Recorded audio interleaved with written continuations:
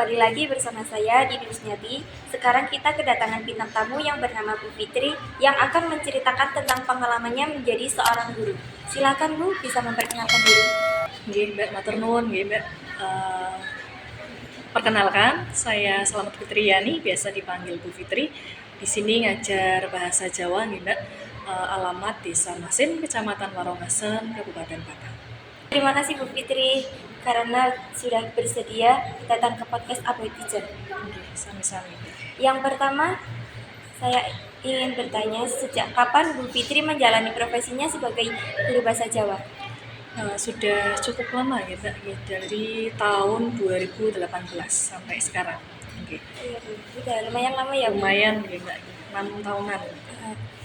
Yang kedua, apa pengalaman suka dan duka Bu Fitri yang paling berkesan selama menjadi guru bahasa Jawa hingga saat ini? Dari awal ngajar nih, sukanya kalau lihat anak-anak dengan unggah-ungguh toto kromo, apalagi bahasa yang santun ya kan gitu. Ada yang berbicara dengan bapak ibu guru itu menggunakan bahasa kromo. Iya. Jadi karena saat ini itu bahasa kerama, anak-anak itu sudah jarang sekali yang menggunakan bahasa kerama. Jadi melihat anak-anak ada yang menggunakan bahasa kerama berbicara dengan bapak ibu guru senang sekali. Iya. Apalagi saat di kelas izin bertanya, ngaten niku menggunakan bahasa kerama. Senang Mbak. Iya. Dukanya ketika yaitu di kelas itu ada yang ya mungkin karena latar dan pendidikan anak-anak itu kan beda ya Mbak ya, keluarganya dari didikannya keluarga itu kan pasti beda. Ada yang bisa bahasa kerama saja nggak bisa ngaten ya. Ngomongnya ngoko sama bapak ibu guru itu yang sedih ya. Iya, agak nggak sopan ya Bu. Nggih, kurang nah itu. Mungkin memang bahasa itu bisa menjadi cerminan karakter. Iya. Mengapa Bu Fitri memilih untuk mengajar atau menjadi guru bahasa Jawa?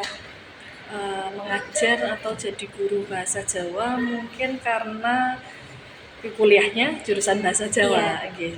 Bu Fitri dulu kuliah di UNES, masuk itu tahun 2012, lulus tahun 2017. Ya, terus yang jeda 1 tahun ya Mbak ya, 2018 baru ngajar di sini. Jalani saja, sesuai jurusannya. Bagaimana perasaan Bu Fitri saat pertama kali menjalani profesinya sebagai guru bahasa Jawa? Perasaannya, iya, karena Bu Fitri ngajar itu pertama ngajar TPK Mbak dulu.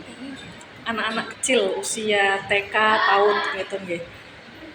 Masuk ke SMK Islamiyah ngajar bahasa Jawa dengan postur anaknya yang lebih besar ya, dari Bu Fitri aja lebih besar anak-anaknya. Itu pasti nervous ada. Khawatir salah iya. Dan ya deg-degan ngaten lagi. Karena pengalaman pertama ngajar di sini. Apa yang memotivasi Bu Fitri sampai menjadi guru bahasa Jawa sih? Apakah Anda termotivasi oleh hubungan uang atau kesuksesan dan lain-lain? Motivasi untuk ngajarnya. Kalau motivasi untuk akhirnya ngajar, sebenarnya ini Bu Fitri cerita agak panjang nggak apa-apa ya Mbak ya? Dulu Bu Fitri membayangkan untuk melanjutkan tingkat SMA saja nggak ada Mbak. Ya, karena dulu ya Bu Fitri itu dari keluarga yang kurang mampu, ya kelas ekonomi menengah ke bawah. Kakak-kakaknya Bu Fitri, Mbak, Mas itu hanya lulusan SMP, MTS. Iya. Jadi untuk membayangkan sekolah SMA enggak ada. Akhirnya lulus SMP itu ditanya sama Mbak yang pertama itu ya, kan sudah kerja. Tak bantu melanjutkan SMA, tapi di dekat sekolah saja, di dekat rumah gitu kan. Yang dekat, yang biayanya juga mending gitu kan. Iya, yang masih satu kecamatan itu di Desa Masin ya kan, ada Madrasah Aliyah itu kan biayanya cukup ringan ya. Untuk saung ya seadanya, kalau ada ya saung, kalau enggak ya enggak apa-apa, deket gitu kan. Naik sepeda bisa, jalan kaki juga bisa. Akhirnya Ya 3 tahun jalani sekolah SMA, masuk di SMA itu kelas 10 Mbak. Padahal untuk bayangin SMA saja tidak ada bayangan, Ya. tapi kelas 10 itu termotivasi untuk melanjutkan pengen kuliah. Ya, Bapak Ibu gurunya kan alumni pondok pesantren yang ada motivasi pendidikannya, atau itu ada inspirasi seperti itu, Bu Fitri pengen kuliah. Ingin meneruskan kuliah? Iya, pengen Mbak. Walaupun nggak tahu nanti gimana caranya. Terus lulus ketika kelas 3 ya, kelas 12 SMA itu ada yang sosialisasi mengenai beasiswa. Namanya bidik misi. Nah, di situ akhirnya SMA ya ngajak ya menawarkan anak-anak kelas 12 untuk melanjutkan yang berminat ya, dan memang Madrasah Alia itu kebanyakan ya siswa-siswinya menengah ke bawah ya. Kriteria untuk bidik misi kan itu Mbak, anak dari latar menengah ke bawah dan yang ingin melanjutkan kuliah. Akhirnya didaftar, ada 8 anak waktu itu, satu kelasnya Bu Fitri, ada 8 anak jalur undangan, dan ternyata setelah lulus tidak ada kabar apa-apa dari Bapak Ibu guru, tidak ada informasi ini lulus apa enggak. Nah, setelah tahu tidak ada kelanjutan, ya udah kerja saja gitu kan. Fitri kerja seadanya saat itu, diajak kerja untuk dikonveksi ya kita Fitri jalani. Waktu itu juga pindah ke PT mana ya, di Pekajangan itu ada garmen ya, sempat masuk situ. Terus akhirnya teman Ibu Fitri yang tidak termasuk 8 daftar bidik misi itu Mbak melanjutkan kuliah. Jadi di mana itu? Di UNES. Oh, iya. Jurusan Bahasa Indonesia. Ngabari, Fit gimana kabarnya gitu ya. Nggak melanjutkan kuliah saja sih. Kalau melanjutkan kuliah biayanya dari mana gitu kan, bingung ya Mbak ya. Terus akhirnya jalur bidik misi masih bisa. Oh bisa, coba aja sih, tapi nggak bisa jalur undangan, harus tes tulis Mbak.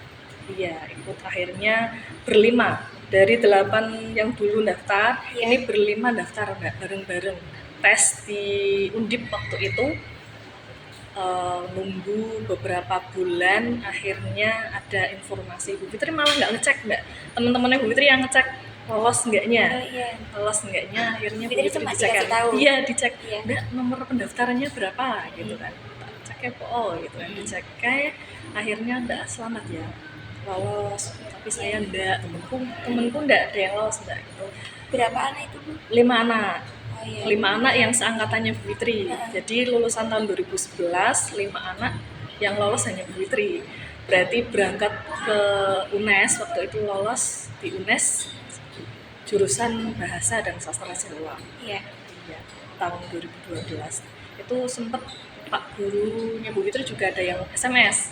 Selamat ya Fitri, itu kan lolos Bahasa Jawa di UNES, minta tolong untuk dilanjutkan. Ya, karena mungkin khawatirnya tidak melanjutkan karena sendirian gitu kan. Ternyata ada adik kelas yang lulusan tahun 2012 SMA-nya ada yang lolos juga jurusan sejarah. Akhirnya berdua berangkat bareng. Nah, karena dapat beasiswa dari pemerintah itu ya Mbak ya, lulus kuliah walaupun nggak ada niatan untuk ngajar, tapi pengen apa ya Mbak ya, kenapa sih kok tidak ngajar saja, mengajar TPQ saja sudah mampu gitu kan. Akhirnya Bu Fitri juga termotivasi ngajar bahasa Jawa, yaudah, dan masukkan lamaran-lamaran ke sekolah-sekolah. Iya, dan di SMP MTS ternyata rezekinya di sini. Alhamdulillah bisa ngajar bahasa Jawa di sini. Jadi sebelumnya udah pernah di SMP Bu? Belum Mbak, hanya memasukkan lamaran saja.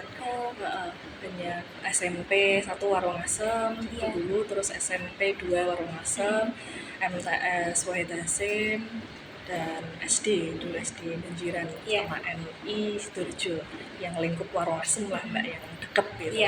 Ternyata ada informasi ke SMK Islamnya, tetangganya Bu Fitri. Oh iya Bu? Iya, jadi dulu tetangganya Bu Fitri itu ngajar di SMP Boran yang di belakang BBC kok ya Mbak, itu kan ada SMP ya itu. Iya, terus diinformasikan Mbak, SMK Islamia ada guru bahasa Jawa. Bu Fitri masukkan lamaran ke sini dan alhamdulillah terpanggil. Ya, alhamdulillah ya Bu. Nggih. Terus bagaimana perasaan Bu Fitri pertama kali mengajar di sekolah SMK Islamiyah Sapu Garut?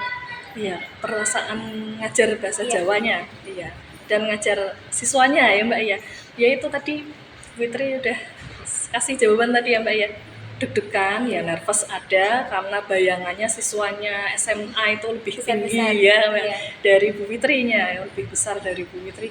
Takut mungkin dibully atau diguyoni Iya. atau enggak. Jadi khawatir tapi ya bismillah karena niatnya mau berbagi pengalaman, berbagi pengetahuan, diniati ya sampai sekarang alhamdulillah Jalani aja ya, Bu. Nggih. Apa tantangan terbesar yang telah Bu Fitri atasi dalam menjadi guru? Tantangan terbesar yang Bu Fitri pernah itu ngajar siswa yang tidak bisa bahasa Jawa Mbak.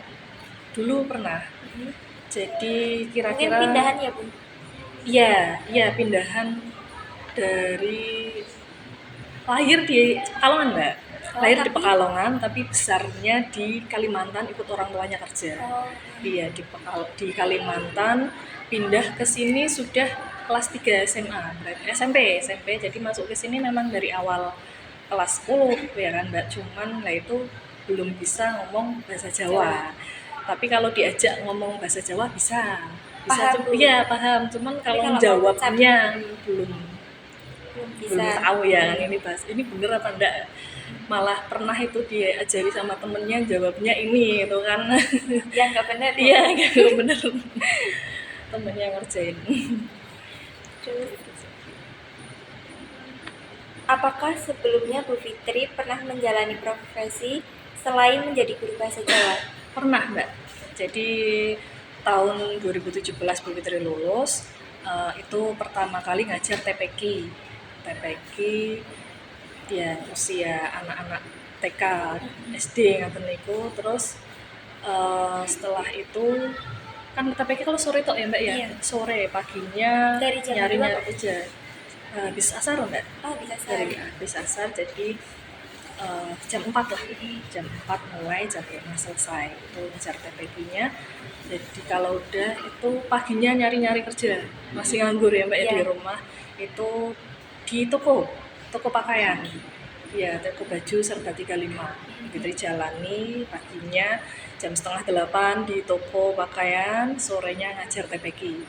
Nah, setelah beberapa bulan ngajar TPQ dan itu malamnya ada ngelesi juga. Di rumah sendiri Bu? Enggak di rumah. Jadi di rumahnya siswanya. Iya, yang les. Panggilan. Apakah Bu Fitri dulunya memiliki cita-cita menjadi seorang guru bahasa Jawa? Kalau guru bahasa Jawa enggak ada Mbak, enggak ada cita-cita. Cuman kalau masih kecil itu kan biasanya ditanya, mau cita-citanya jadi apa? Jadi apa gitu kan. Bu Fitri jawabnya jadi guru. Tapi guru apa kan belum tahu. Apalagi sampai masuk SD, SMP itu bayangan untuk jadi guru enggak ada. Tapi ternyata sekarang itu tercapai ya. Terus, apakah ada kesulitan yang dialami oleh Bu Fitri saat mengajar bahasa Jawa? Saat mengajar ya salah satunya tadi ya Mbak ya, kesulitannya untuk ngajar siswa yang tidak bisa bahasa Jawa, bukan bahasa Krama saja tapi bahasa Jawa, ngomong bahasa Jawa saja susah gitu kan. Kesulitannya itu, dan ya membenahi attitude siswa biar tahu unggah-ungguh sama tata krama sesuai dengan pelajaran bahasa Jawa. Oke, sebelumnya minta kesan dan pesan dari Bu Fitri Bu. Oke. Iya. Kesan tentang podcast ini ya Mbak ya. Ya, ini podcast ini program yang bagus ya menurut saya. Jadi untuk berbagi pengalaman, sharing ke orang lain gitu kan melalui tugas ya Mbak ya, ini tugas multimedia gitu. Jadi bagus sekali. Fitri setuju, nanti misalkan dilanjut lagi tahun depan ya bisa lebih bagus lagi. Kalau pesannya ya mengenai pelajaran bahasa Jawa ya, semoga adik ya, kalau anak-anak siswa SMK Islamiyah Sabu Garut bisa lancar bahasa krama harapannya ya. Jadi dari kecil bisa dibiasakan karena bahasa ataupun pelajaran apapun bisa karena terbiasa. Dibiasakan. Coba Soalnya Mbak Dini. sekarang itu ya Bu, Kenapa? biasanya banyak yang pakai bahasa Indonesia. Coba Mbak Dini sendiri wes di rumah diajarinya bahasa Indonesia apa bahasa Jawa? Bahasa Jawa. Bahasa Jawa, oh masih ya. Alhamdulillah kalau masih ada keluarga yang membiasakan untuk pakai bahasa Jawa. Iya. Soalnya kalau lihat sekarang anak kecil itu diajarinya bahasa Indonesia. Semua rata-rata. Iya, nggak di kawasan desanya Bu Fitri sendiri, mungkin di sini juga banyak. Iya. Jadi anak-anak lebih lancar fasih bahasa Indonesia ketimbang bahasa Jawa. Nah itu Mbak, pesan buat Mbak Dini wes. Nanti ya Mbak kalau sudah berkeluarga ya walaupun masih lama ya Mbak. Nanti anak-anaknya diajari bahasa krama ya Mbak. Ya tidak hanya Mbak Dini tapi untuk semua ya Mas Mbak. Oke, sebelum kita akhiri, saya ingin mengucapkan kepada narasumber kita dan terima kasih juga kepada penonton podcast About Teacher. Sampai jumpa di episode selanjutnya. See you!